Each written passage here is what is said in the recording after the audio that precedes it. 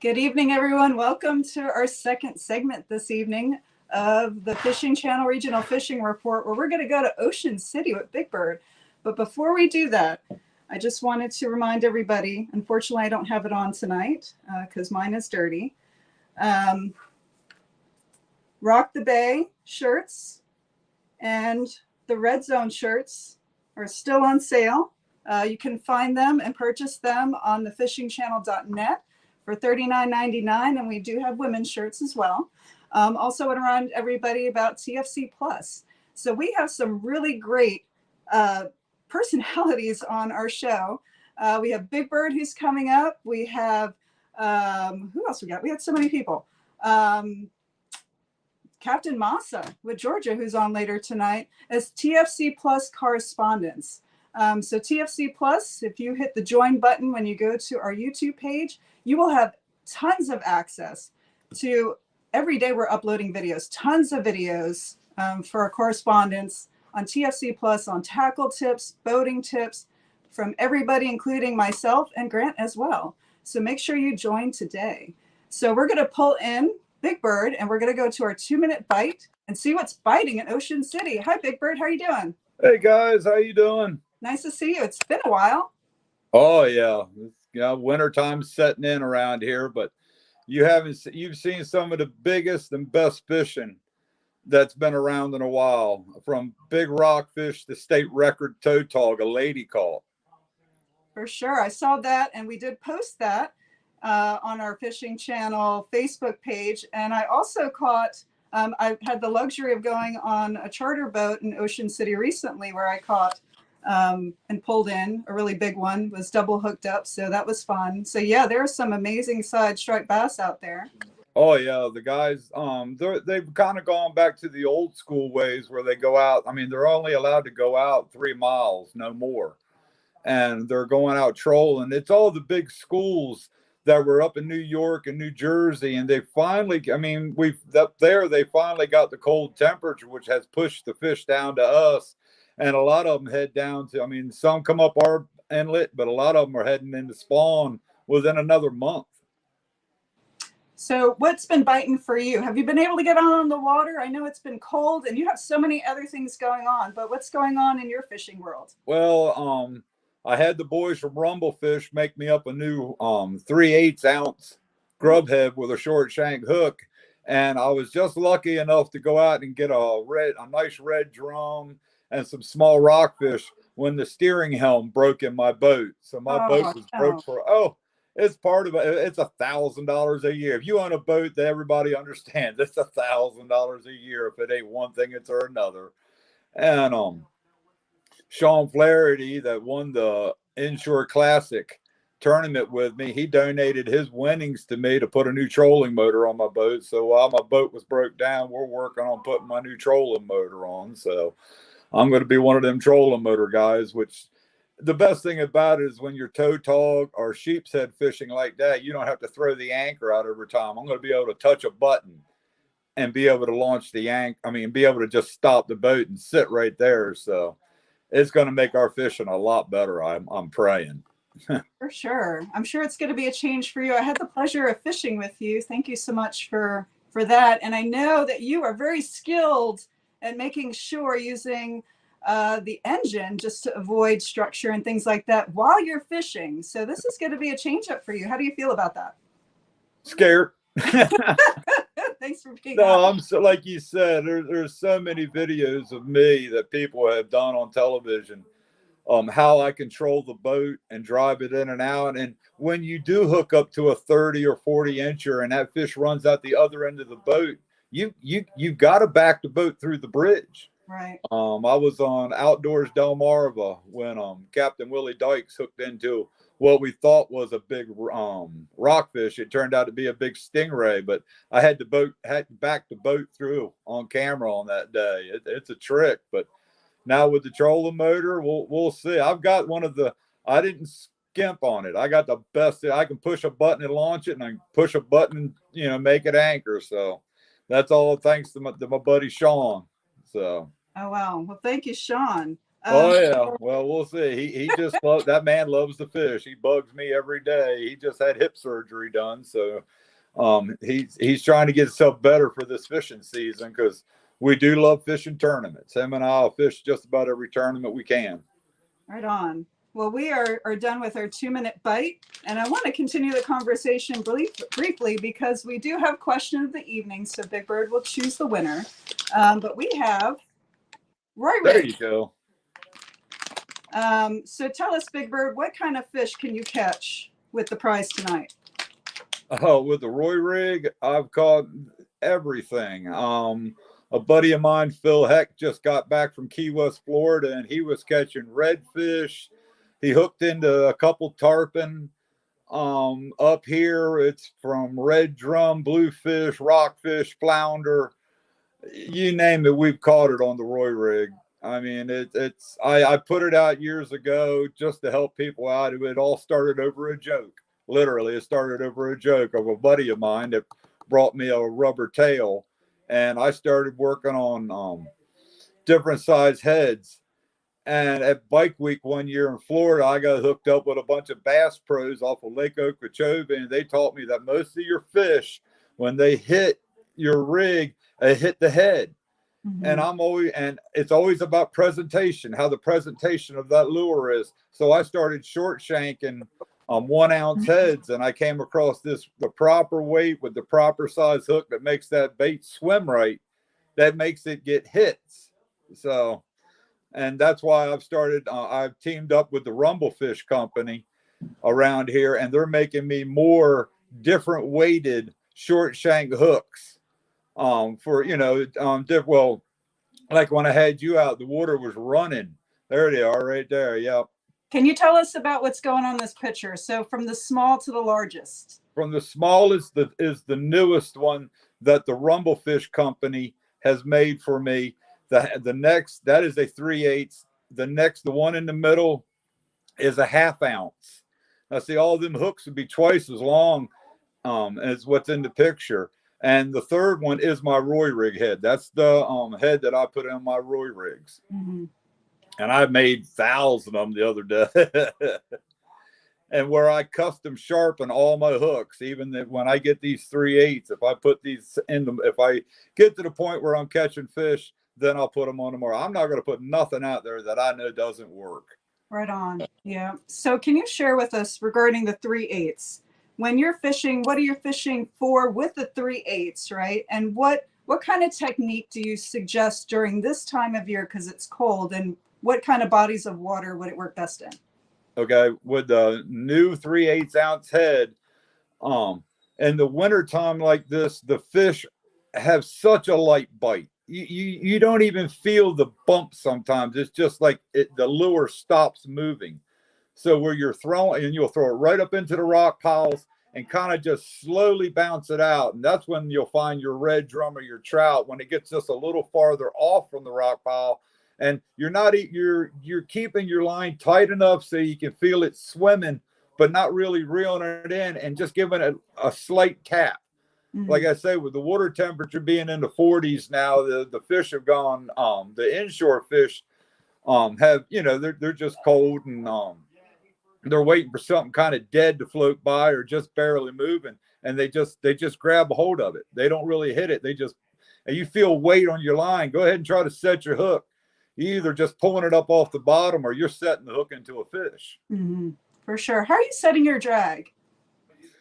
I run kind of if it depends. If it's a new rod and reel, I'll put my line out somewhere and hook it, and then back up and have the bend of the rod and keep tightening the drag till you got to the point where it feels the rod's doing a lot of the work and the drag's not coming out. It's a fine line. Where to set a drag, it depends on the type of rod you're using to the type of drag you know. Yeah, awesome. So questions are coming in, and just to remind everybody, tonight's prize, Big Bird created himself, and hand. I Uh, made them when you were sitting here. yeah. So definitely get your questions in. So we're going to start answering a couple that are coming in. Rodney, how you doing, Rodney? Are Roy rigs good for walleye? Good question. I was actually going to ask about freshwater or largemouth bass fishing.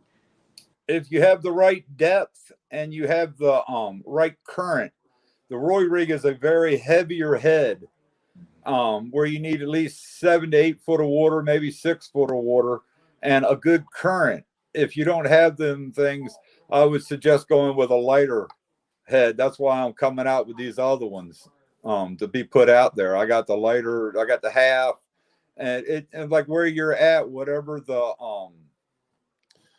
weight that you normally use would be the weight you want to stick with. Mm-hmm. Yeah. I hope that helps. No, it does. If you need any clarification, Rodney, chime in again if you have any additional questions. So we'll go to another one. Robert Figliosi, our sponsor. Is there anything that you know of that can be put on a tog rig to keep it from getting snagged in the rocks? Well, yes. Most of the time, that's one of the reasons I didn't tog fish much, because when I was growing up, we used to use spark plugs, nuts, and bolts and put them on rubber bands. So when your line got stuck or you got a fish and it was stuck, you just pop the rubber band off. But Oh, wow. I would really suggest, yeah, there it is. That Rumble Fish company I've cooked up with, they've come out, and these are some of the half-ounce tog jig heads. When you put the sand flea or the green crab on it, the way it's rigged, it holds the crab up off the bottom. I was out 4 times this year trying their grub heads they put out, and you didn't get hung up as much. I mean, when you're tog fishing or sheepshead fishing, you're throwing your line into the rock. I mean, right up in there and slow to bring them out. And these grub heads that we're using are definitely doing a better chance of not getting hung up because they hold the bait up instead of having it down and getting snagged. Yeah, that's brilliant. Can you show that one more time, please, Big Sure. Bird? Close to the camera so everyone can see to your a little bit higher. And now closer. Perfect. There you go. Thank you. Do you want to see one of the hooks? I'll rip it out. Yes, that'd be great. Thank you. There we go. Now you're going to have to guide me here. Oh, See yeah, how it that's good. ties on? Yes. See how it ties on here, and it's actually holding it up. So when you got the sand, I mean, I load this with sand fleas.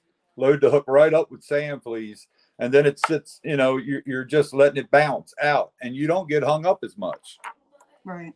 All right. So any other questions yet? All right. Just to remind everybody, get your questions in. We're probably going to close questions around 7:20, so definitely get yours in. I mean, we have Big Bird on. You have to have questions for Big Bird. Come see me in Daytona for Bike Week. Yeah. Yeah. So, we have time. So briefly, what's going on with you upcoming for events? Because I know that you're called to many. What's going on with any events coming up? Well, the Millville Fire Department just this time of year, everybody has their tackle shows and their boat shows and stuff like that. There's one coming up in Easton that I usually make, but I'm not going to make it this year. The Laurel Fire Department, if anybody wants to get any really good bite, that's the only place I'll swear by. When I walk in, they got bags of tails, different tail. Like when the bluefish and the shad and everything get running into Ocean City, I'll switch up the tails on the Roy rigs to anything, any type of rubber, worm, grub. And when you're up there buying a bag of tails for just $1 instead of $4 a tail, you don't mind losing them to these little blues and stuff. But that boat show's coming up, and then of course you got the grand Ocean City boat show. Yes. I'm always at the boat. I stay right after the boat shows when I leave for Florida to go down and go red drum trout fishing in South Carolina, red drum fishing in Georgia.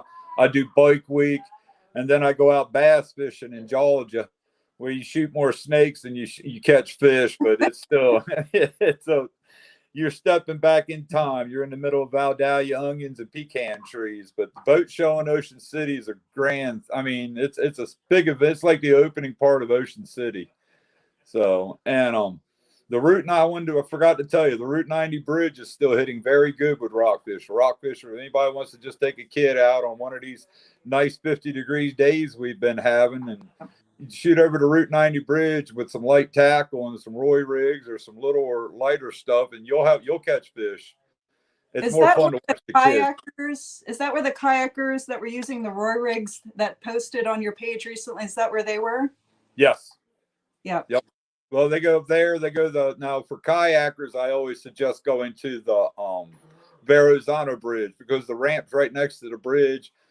Within 5 minutes, you're sitting up near the bridge and fishing.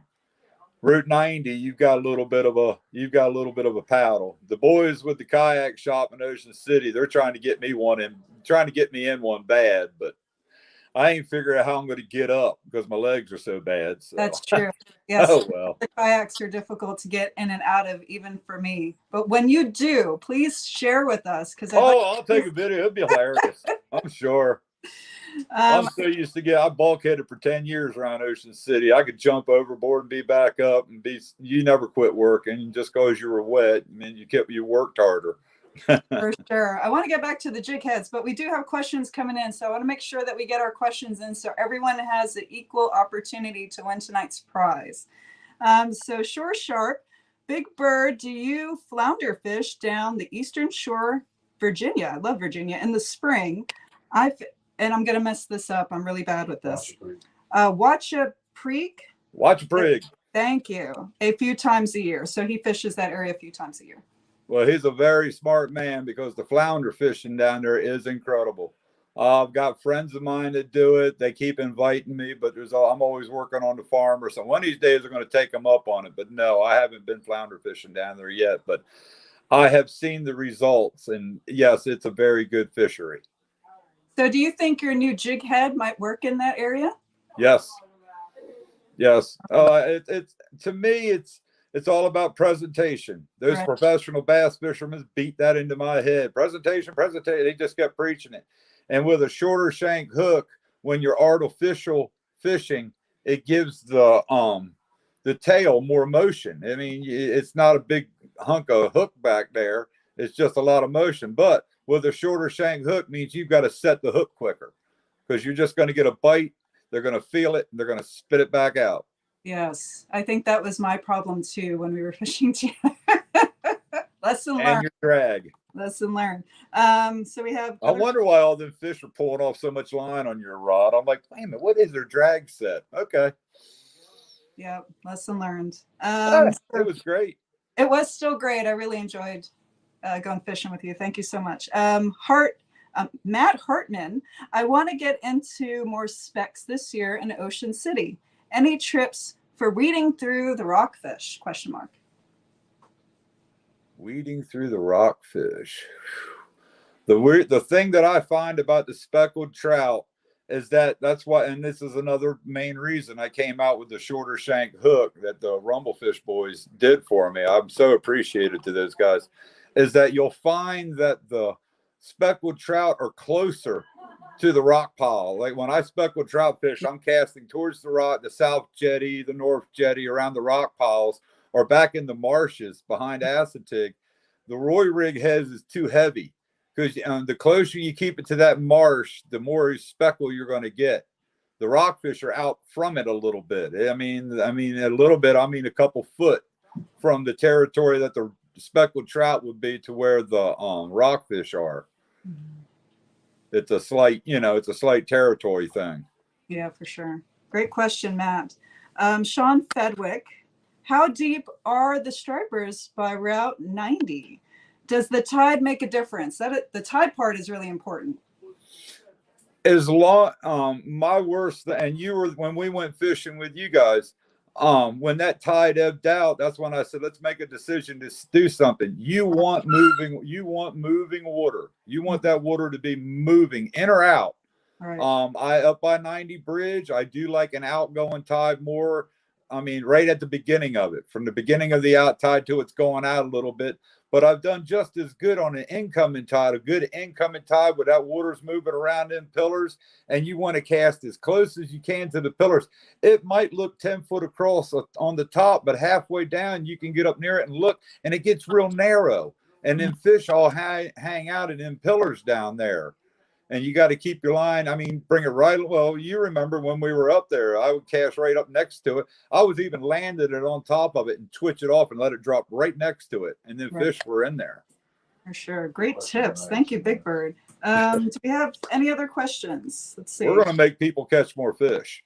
Right on. All right. So we have 2 more minutes before we go into question of the evening. I want to go back to your jig heads. Can we bring the picture back up, please? Yeah. All right, so next jig head is the 1/2 ounce. Can you tell us about the 1/2 ounce? What do you find best as far as technique, and what fish can we chase with that one?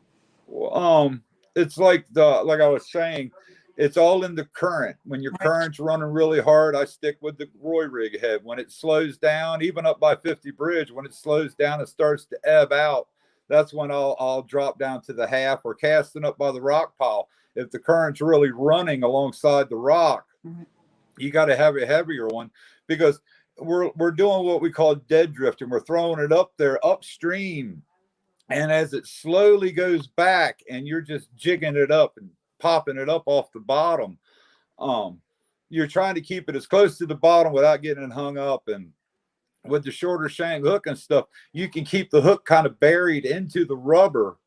So it's not, the hook ain't exposed as much where it's getting hung up on another piece of fishing line down there and stuff, but just working it slow and bouncing it across those rocks, bouncing across the bottom. Yes, for sure. And just a tip from lesson learned too, make sure you're as far back away from the bridge if you are a big caster like myself. No casting on top of the bridge. Okay. Yes. So give yourself space. Give yourself space. Yeah. I'm glad that video didn't come out we made, because I can't wait to take you all out fishing again. That was I want to show you what it's really like. We had a good time, but it ain't. You'll see. It'll be another day. Yes, it was definitely a blessing. I look forward to it again. We got one more. Okay. Grant's saying we got one more question that is coming in, and then we have to go to question of the evening. It goes by so fast.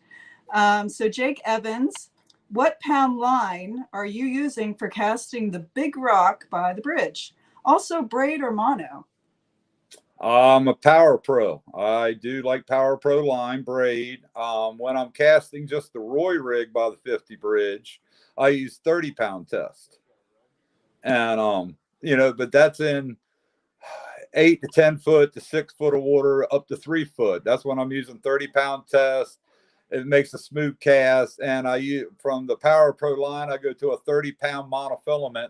I tie it together with a uni knot and tie a loop knot on my Roy rig. Then when I get down to where the water's 30 foot or 25 and 30 foot, I bump my line up to 50-pound test, mainly because of the current through there. And then I got a special made 3-ounce double swivel weight that I put above my Roy rig, and I just keep dropping it. I don't even cast that out. I drop it back till I think I feel bottom, let it stop, let it drop back some more. Just keep dropping it back like the guys do with live spot. Just keep letting it drop back till you feel that bump. Then you set it up and bring it in. I do use 50-pound there.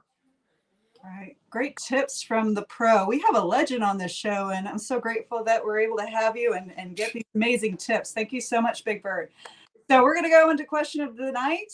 I'm excited. I don't do as cool as Grant, but who do you choose? We'll go with Jake Evans, that last question. Good. Let's bring it up. Jake. Great question, Jake, and congratulations. Please contact us. You can either go to the fishing channel on Facebook and contact us through Messenger, or go to email, and it's thefishingchannel.net. So please contact us because we don't have your address. Want to make sure that admin at thefishingchannel.net. Grant, can you put it up on the comments, please, just to make sure it's clear. So thank you so much, Big Bird. Really appreciate it. It's always a treat. Do you have any last words to sign us off? Just let's help everybody catch fish this year. No doubt. I want to see everybody catch fish. Right on, for sure. One other thing, right now, unless you live near Big Bird, TFC is where you're getting the exclusive roar rigs until there's another option. What are the other options to get your roar rigs? Well, a lot of all tackle around here. Oh, what was it? A Raceway Sitco at Crabs to Go has them in there all the time. Well, my daughter, she owns the company and she also works there. So yeah, go in there and give her grief. But you know, so but yeah, and Scott Lennox with Hooked on OC does do them by mail. But I think the like I said, the Rumble Fish Company, they might start doing it too. So okay. we're working some things out, and they're making me some quality stuff. And their tails they're making, if the Roy rig wasn't a factor, I'd almost switch to their tails because the components that they're using, they hold up very well. I mean, you're fish after fish after fish, and they haven't ripped one of the tails apart. And I'm like, man, they're working pretty good. So wow, that is pretty good. hey, I'm going to help people catch fish. You do. You really do. There's not a person we don't pass when we were with you that didn't know your roar rigs and got fish on it. So again, thank you so much, Big Bird. Really appreciate you. Thanks for everyone who tuned in and asked questions. And everybody, as usual, fish on and have a great evening. Thank you so much. Bye, guys. Bye-bye.